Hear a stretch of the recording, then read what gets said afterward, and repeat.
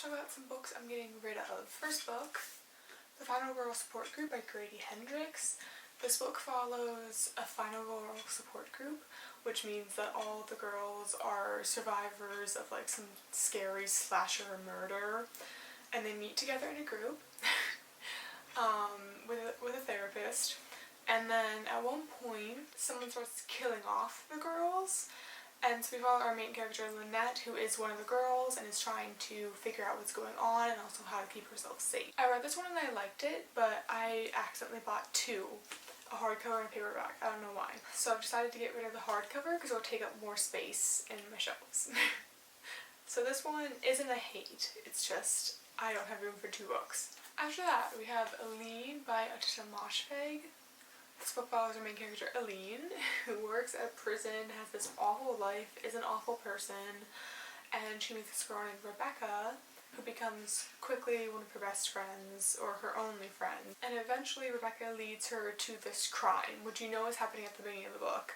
I think I gave this book 3 stars. I enjoyed it, but I wasn't crazy about it. I feel like since they mentioned the crime right in the beginning, you knew what was happening the whole time, and it kind of fucked with like any element of suspense the book could have had.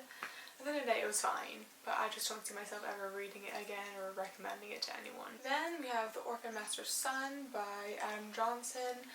All I know about this book is that it takes place in North Korea.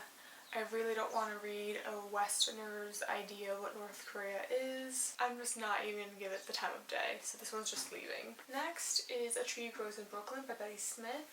This is a coming-of-age story that follows this little girl growing up in Brooklyn. She comes from a very poor family, and she becomes a writer. And it's a very sweet story. I actually liked this one a lot. It was nice to read because I feel like you had a sense for how things were like back then. It takes place, I want to say, at the beginning of like the 1900s, like 1910 or 1920, something like that. So it was really cool to see the depiction of what New York was like back then. I enjoyed this book, but ultimately it's not a favorite. I don't see myself ever coming back for it, and I just don't need it on my shelves. And I think my mom will like it, so I'm giving this one to my mom. Next one, The Revolution Betrayed by Leon Trotsky. I bought this when I was interested in like communism and didn't know anything about it, and now that I know something about it, I know that I don't want to read Trotsky, so this one's going bye-bye. Another book I think my mom will like, Such a Fun Age by Kylie Reed. This book follows 2 women mainly.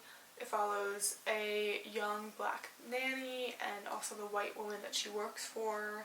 At the beginning of the book, something really racist happens to the black nanny, and from there on, it's a whole story of white guilt, white savior complex, all of that.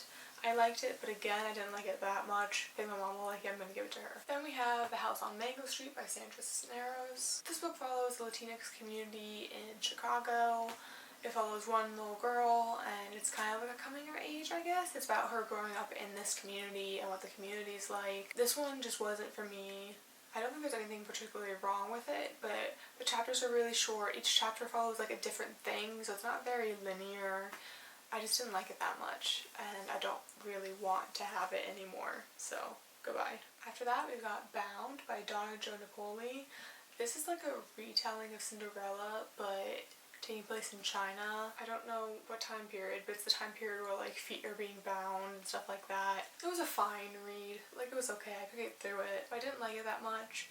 Also, like, I don't know how I feel about like a white woman writing a tale about like China specifically. Maybe she's very well educated in the subject, I don't know, but it wasn't that great.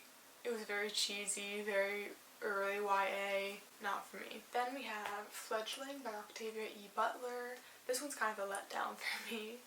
I love Octavia E. Butler. This book is like her take on vampires. So you're following this main character, Shori, who just wakes up in the woods one day and is starving. She's all alone, she has no memory, and she looks like a 12-year-old, but she isn't. She gets picked up by this like random man in a car, and they try to figure out like what happened to her. I just didn't like it that much. Something that really bothered me about it is the guy that picked her up was like in his 20s. She looks like a 12-year-old, and they end up having sex just because she told him that's not like her real age. And like, it isn't her real age at the end of the day, but that's just disgusting to me. So fucking gross. I hated it. I couldn't get over it the whole book. And then even the vampire stuff, which was kind of interesting, at the end, the way that it finished was kind of a letdown. So I'm upset to say I did not enjoy this one. I will be getting rid of it. Last book on the list is Night Bitch by Rachel. I don't know why I said Michelle Yoder. I picked up this one because it was blurred by Carmen Maria Mercado, who's my favorite author. Sadly, I did not like it. It actually is a really cool premise though, because it follows this mother who is married, but she's essentially a single mother because her husband works. She used to have all these like artistic dreams. She was an artist, she wanted to be in galleries, but then her son was born, and now she's basically a full-time single mom. And she starts to go kind of crazy, and she starts to imagine that she's turning into a dog and like acting like a dog at night, which is really cool, and I was really liking it in the beginning. But something was off with the pacing for this one, because as it kept going on and on and on, towards the end of the book, I was just like, okay, like, we get it. I want some new information. I want this to, like, actually pick up in some way. And it just, I didn't like the ending. I didn't like the last third of the book, maybe, which is very disappointing, because I do think it's such an interesting premise, but sadly, it just didn't do it for me. And there you go. Those are all the books I am unhauling. Thank you for watching. I'll see you soon in another video. Goodbye.